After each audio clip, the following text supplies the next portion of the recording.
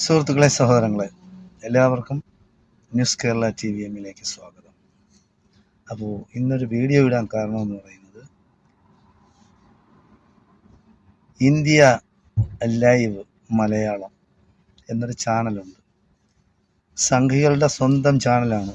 അവൻ കുറി ചിലപ്പോഴത്തോടും ചിലപ്പോൾ ചരടും കെട്ടും. കാര്യം RSSകാരനാണ്. അവൻ ജേർണലിസം പഠിച്ചിട്ടുണ്ട്. ജേർണലിസമാണ് അവൻ്റെ മെയിൻ എന്നാണ് പറയുന്നത്. അപ്പോൾ അവനും വേറൊരു പൊട്ടനും രണ്ടുപേരാണ് അവതാരകരായിട്ടിരുന്ന് ചോദിക്കുകയാണ്. ഒരുത്തൻ ചോദിക്കുകയാണ്, ഒരു പൊട്ടൻ ചോദിക്കുകയാണ്, സക്കീർ നായിക്ക് ചത്തോ? ചിരിച്ചും കൊണ്ടാണ് ചോദിക്കുന്നത്. അപ്പോൾ സുനിൽ വാളയാർ, അവനാണ് ഈ ജേർണലിസം പഠിച്ചോന്ന് പറയുന്നത്, അവൻ്റെതാണ് ഈ ചാനൽ. അപ്പോൾ സംഘപരിവാർ, RSSകാർ പിന്നെ സാമ്പത്തികമായിട്ട് സഹായിച്ച് 24 മണിക്കൂർ മുസ്ലിങ്ങൾക്കെതിരെയും മുസ്ലിം നേതാക്കന്മാർക്കെതിരെയും മുസ്ലിം രാജ്യങ്ങൾക്കെതിരെയും പരദൂഷണം പറയുകയും വിദ്വേഷവും വെറുപ്പും പ്രചരിപ്പിക്കുകയാണ് യുവമാരുടെ ജോലി. അപ്പോൾ സക്കീർ നായിക്ക് ചത്തോ? യവന്റെ തന്ത ചത്തോ? അവന്റെ തന്ത ചത്തോ? ഈ യവന്മാരെ രണ്ടുപേരെയും തന്തമാരായിരുന്നാലും തള്ളമാരായിരുന്നാലും ഭാര്യമാരായിരുന്നാലും മക്കളായിരുന്നു എല്ലാവരും ചാവും. ആരും ഇവിടെ കാലാകാലം ജീവിക്കില്ല.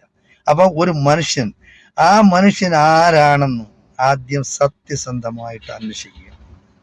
ജാക്കിർ നായിക്ക് ആരാണ്, എങ്ങനെയുള്ള മനുഷ്യനാണ് എന്ന് ആദ്യം അന്വേഷിക്കുക.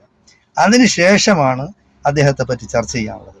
ലോകം കണ്ട ഏറ്റവും വിവരമുള്ള എല്ലാ മതങ്ങളുടെ പറ്റിയും, അത് ക്രിസ്ത്യാനിയാവട്ടെ, യഹൂദനാവട്ടെ, ഹിന്ദു ആകട്ടെ, ബുദ്ധമതക്കാരനാകട്ടെ, മുസ്ലിം ആവട്ടെ, അതായത് എല്ലാ മതങ്ങളെ പറ്റിയും നല്ല വിവരവും പാണ്ഡിത്യമുള്ള ഒരു വ്യക്തിയാണ് ജാക്കിർ നായിക്ക്.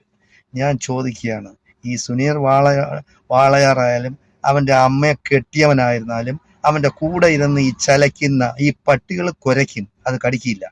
പക്ഷെ കടിക്കാത്ത പട്ടി എന്ന് പറയുന്നത് അങ്ങനെ കറങ്ങി നടക്കുന്നത്, അത് കടിക്കും. അപ്പൊ യവന്മാരെന്ന് പറയുന്ന കുരയ്ക്കുന്ന പട്ടികളാണ്.